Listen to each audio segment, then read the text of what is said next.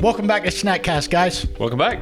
So you stumbled across, found a really interesting piece of information. Why don't you start? Really good Twitter thread. Adam Checkrowd. Checkrowd? Talked about a Lancet study that he was involved in from 2018. So let's talk about what today's Snackcast is before we get on this. Today we're talking about exercise and mental health, and really kind of cool because we're in mental health month. Are you drunk?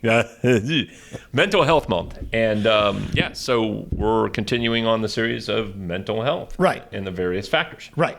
So today is on exercise and mental health. And so Adam's study, or at the study that Adam was involved in, they studied 1.2 million people. And the basic overall results were that exercise promotes better mental health by about 40%. Demonstrates an association. Correct. He was adamant about that. No pun intended for his first name. But the data is overwhelming. I think it exhibits a little more than just an association, in my opinion. Right. Well, I think even common sense, right? Do you feel better after you work out? Yes. Right. So it was more of a survey maybe than a study. They called it a study, right? So one of the things I found interesting was how they measured it, right? Because there was no way to have enough doctors to do 1.2 million people. So they asked a very simple question. How do you feel? How do you feel? And everybody got to answer it. I think there was a technicality like out of the last 30 days, how many did you not feel in proper mental health? But it was, how do you feel?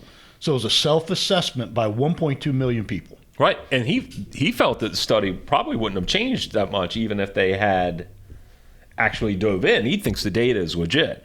Well, I would think it's probably the most honest. Doctors get stuff wrong.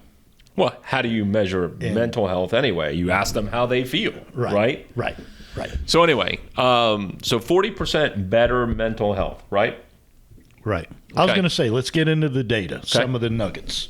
So one of the things they asked was, does exercise matter? And the answer was obviously yes, right? And then what is the typical length of exercise that is, quote unquote, the sweet spot? Right. Based on 1.2 million respondents. Right. If you exercised less than 30 minutes a day, wasn't as great of results. If you exercised more than 60 minutes a day, it wasn't a great result. And the sweet spot on the bell curve. 45 minutes. 45 minutes. 45 minutes was that. So the next question was, does frequency matter? Right. How often do you need to actually work out in order to achieve these greater results? And the sweet spot in there was between 3 and 5 days a week. Which really is good news for the people who claim not to have time. You just got to hit 3. Right. 3 out of 7 days. 45 minutes, 3 out of 7 days, you should be good to go. Right. And then the next was what's the type? Does the type of the exercise actually matter? This was really cool. Well, I'll let you answer. So they said there were benefits down to things as basic as household chores. And then they took the different types of exercise, running, walking, team sports, and they kind of the benefit of each one. Walking was about in the middle, which is great. Right. Because it's the easiest one to do, Some of the ones at the top were, I think team sports was up there. What was right under team sports? I don't recall. But anyways, it seemed to me the correlation I got out of it was community and outdoors. You don't say. Right. I did get a third correlation out of it. What? And it did seem like the more difficult, cycling was way up there. The more difficult, the greater the benefit. And I think it makes sense, right? The more you challenge yourself, the more sense of accomplishment you have. Well, cycling's outdoors as well, right? And typically, right. I mean, I don't think they're measuring cycling indoors, right. Right. Cycling outdoors. There was also one interesting aspect of it that was, quote unquote, bidirectional. And I'm not bi. Explain what that means. So not only was exercise a benefit, the bidirectional part of it was, what's the effect of lack of exercise? And I actually typed it out because I don't want to misquote what Adam said. But he said, inactivity might be both a symptom of and contributor to poor mental health. So, Layman's terms, tell me what that means. well, exercise helps, but it's not that a lack of exercise does nothing. A lack of exercise actually hurts. So it's not, one directional would be, I'm going to feel the same way whether I exercise. I'm sorry, if I don't exercise. No, if you don't exercise, you may progressively get worse. So a light bulb just went off in my head, right? And we're just talking about mental health. What about like overall body health? So lack of exercise in overall physical health is probably the same way? That's a question statement. Question statement.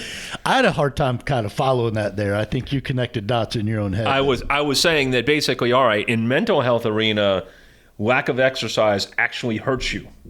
Correct. Probably true for the overall body as well. Oh, sure. Sure. That's a light bulb moment. I'm kidding. I didn't even follow it at first. So, no, I see where you're going. Yeah. So, I mean, I'm talking about all your physical, systems in your body, and whether it's gastro or lungs or muscle, everything. Lack of physical activity actually hurts you, not just with mental health. And again, you don't have to be a triathlete. We're talking household chores and walking are perfectly good enough. Go to the grocery store and mow walk. the lawn. Right. Get outside, right? Sweep be around the back other patio. humans if you can. Yeah. I know. But that gets back to, all right, just move. That's you actually end our Snackcast all the time with stay moving. Right. Right. And I think it's very apropos. Is that apropos. That, you're right. Just stay moving. Find ways to move. If you're sitting on the couch soaking up the view or the young and the restless. Turn it off. Right. All right. That's it. So nice work. I think I like what you found. We appreciate. This is where you can follow Adam Checkrod. I'm not even sure. Adam, I'm sorry if I'm butchering your name. But really good thread on Twitter. We'll actually link to this somewhere. Yeah, 2018 study. It was fantastic. Yeah. So questions, comments, concerns, email us at snackcast@yes.fit. Stay moving. See ya.